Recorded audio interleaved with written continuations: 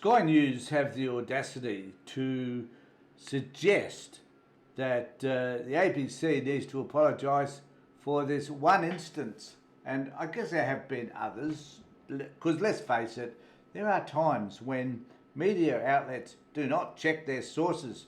I've got one that I'm going to do later on of Sherry Markson in relation to this very, very critical incident that she misreported. But before I start that, though, I just want to say that someone commented in one of my posts that I'm seeking that 5 minutes of fame. And I have to address that because I'm not. And because the stats will tell you that a person that only has 263 subscribers is far from famous, and I'm certainly not one of them. And you need at least perhaps 100,000 subscribers before you can recognise any degree of fameness. So I'm not there. So I just want you to know that, and don't give a shit anyway. But moving on, it is important for us to understand that Sky News is probably the most hypocritical news organisation on this planet, as dishonest as they come. They are the news service you go to if you're living in that one little bubble and you want to be fed the crap that they choose to feed you. The insane type of news reporting, or opinion pieces I should say, that determine whether or not the right has got a voice or not. And in this particular instance, I'm going to play a piece where Kenny talks about a moment where Dick Smith has claimed that he's been defamed by the ABC. And the reason why Dick has been defamed is because the ABC, in a quote, suggested that he isn't in favour of renewables, which is totally untrue, as we all may know if you know Dick Smith. And but Kenny has him on his show. And now the irony here is that Sky News are anti-climate change, yet they have a proponent of climate change on their network talking about the fact that the ABC has defamed him for suggesting that he wasn't in favour of renewables.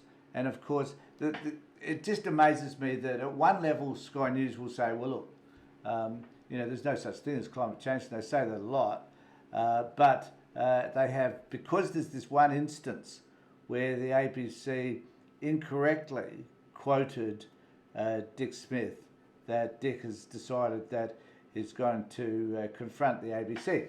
So here's the comments from my friend Mr. Kenny. Now, after 2 nights on this topic, I'm glad to tell you that Dick Smith has had a big win over the ABC and their so-called fact-checking outfit with the Melbourne Institute of Technology, or RMIT. And this needs to be celebrated because they hate the fact that it's a fact-checking organisation, RMIT. Incidentally, ABC are no longer using RMIT, just as a note. But nevertheless, there's one thing in the world that Sky News hate the most, and that is people that fact-check them.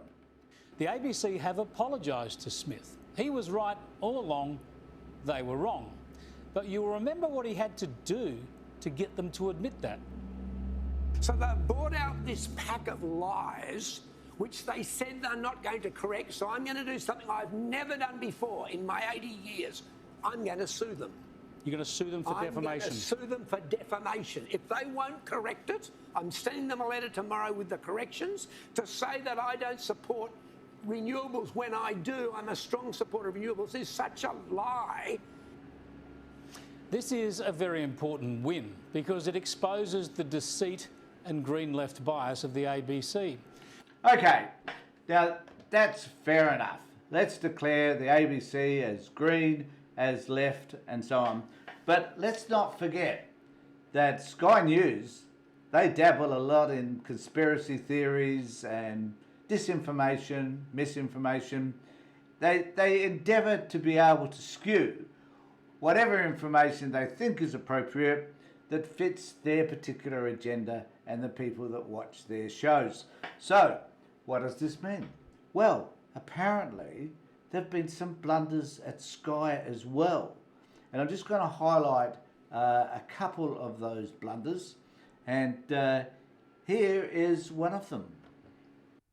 Mr. Kevin Rudd's petition to the House of Representatives for a Royal Commission to ensure a strong, diverse Australian news media. I said the petition was a data harvesting exercise and that Mr. Rudd now had more than 500,000 email addresses to use for his own political purposes. That was false. Mr. Rudd did not have access to the email addresses in the petition because they were the property of Parliament. Now, he did not seek them, nor did he seek them. The misuse of the email addresses as claimed would have been a serious invasion of people's privacy. I apologise to Mr. Rudd for any damage caused by him, by my fault. So there we go. There's Peter Gretland apologising for something, for an indiscretion she made. And at least she's apologising. It is on Sky News. Thank God there's a degree of integrity there, apparently, from time to time.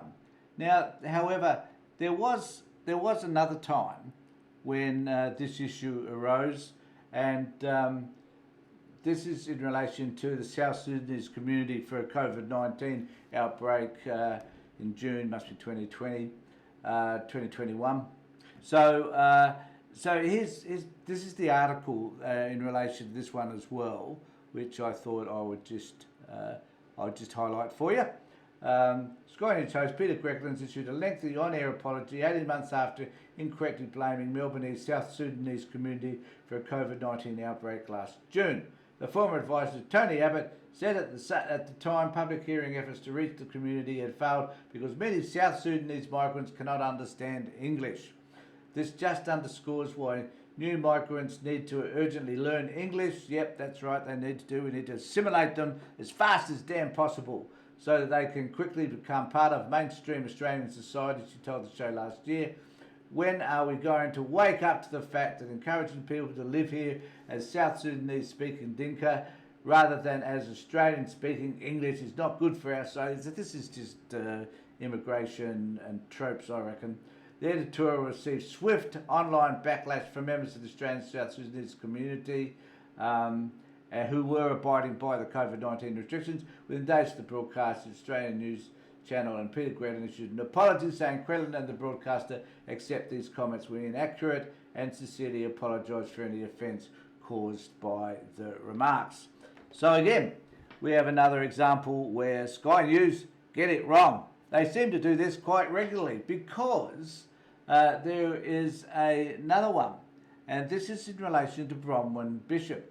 Now, one can understand why this aged, decrepit individual might make a few errors, but in this particular one, she accused someone of being an anti-Semitic and part of the anti-Semitic movement, which is something that one could only expect from this particular woman. So, in this article, she apologised on Sky News after accusing MP Sophie Scamps of being part of an anti-Semitic movement. Bronwyn Bishop has made an on-air apology on Sherry Marks.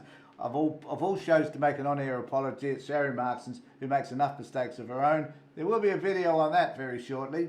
After accusing the federal MP Sophie Scamps of being part and parcel of the anti-Semitic movement, after threat of legal action, and it always takes some threat of legal action, I've discovered, from Scamps, a Teal Independent who holds Bishop's old seat of Mackellar. Oh, she must be feeling really pissed off about that. The former Liberal Minister and Speaker agreed to apologise on Tuesday night's program. On the 5th of March 2004, I appear on Sherry Marks' program and said that Dr. Sophie Scamps, federal member of Mackellar, is part and parcel of an anti-Semitic movement, she said. Of course, she had stacks and stacks of receipts in relation to that. I should not have said that Dr. Scamp has called for funding to be restored to UNRWA by Australia to address the humanitarian crisis in Gaza. This does not make her anti-Semitic, and you're right, you stupid friggin' female. I should not have suggested that, and I apologise to her for the offence, distress and harm I caused her. Well, you shouldn't have said it in the bloody first place, you stupid woman. So, and then there is another one. There is more. Right, so, in another one, this is, if I could bring that up, I might just try and make that a bit larger for you. So, apologises to Adam Houday. And now, this particular bloke has been, and this is really quite current, I think he's suing suing the Bolt report and Andrew Bolt as a result, because as you well know, if you watch my channel, Andrew Bolt's my favourite person.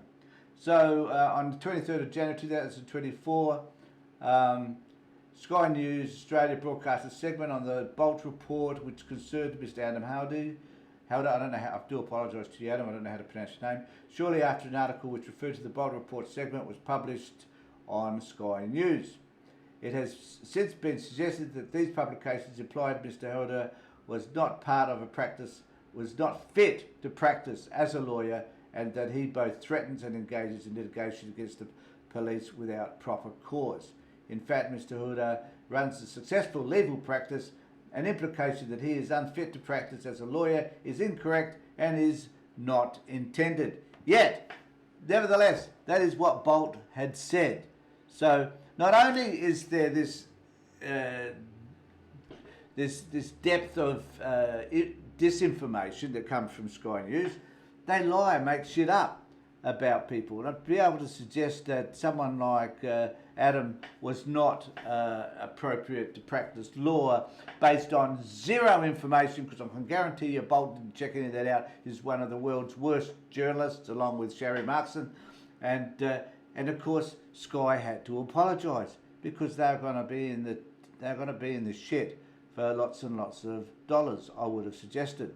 So they've done what they think is the right thing. But the point is, they shouldn't make these mistakes in the first place. As journalists, they should check their details, check their sources, make sure that at every level they know what they're talking about. And this is a problem with opinion pieces. The people which like Bronwyn Bishop, Sherry Markson, Kelly, Bolt, all these dudes will get on and they will spout crap because they are so anti whoever it is that they're talking about that shit spews from their mouth. And as a result, that excrement has language in it and assertions that are often wrong. And so it's important for us to do whatever we can to call it out. And this is why I have my channel, because this is my effort to be able to say what I need to say about some of these people on one side of the... Look, both sides for matter. If it's happening from the left, I'll be just as likely to call it out. Believe me, if it happens from the ABC, who I don't think are left, incidentally, but if it happens from the ABC, whatever, I will call it out. So please remember to subscribe to our channel, ring the bell for further notifications and so on. Make some comments below. Happy to read them. Think some of them are shit.